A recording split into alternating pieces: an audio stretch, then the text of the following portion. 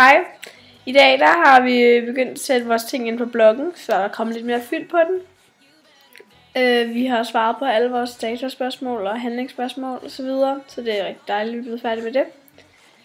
Og vi er næsten færdige med vores produkt, men i morgen skal vi lige gøre det helt færdigt. Vi har skrevet til endnu flere personer, og vi har fået svar fra nogle af dem, så i morgen der skal vi også snakke med nogle over dem telefon og mail.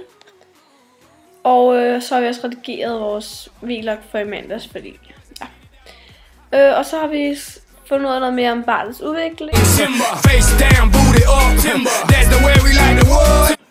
I dag så er det onsdag.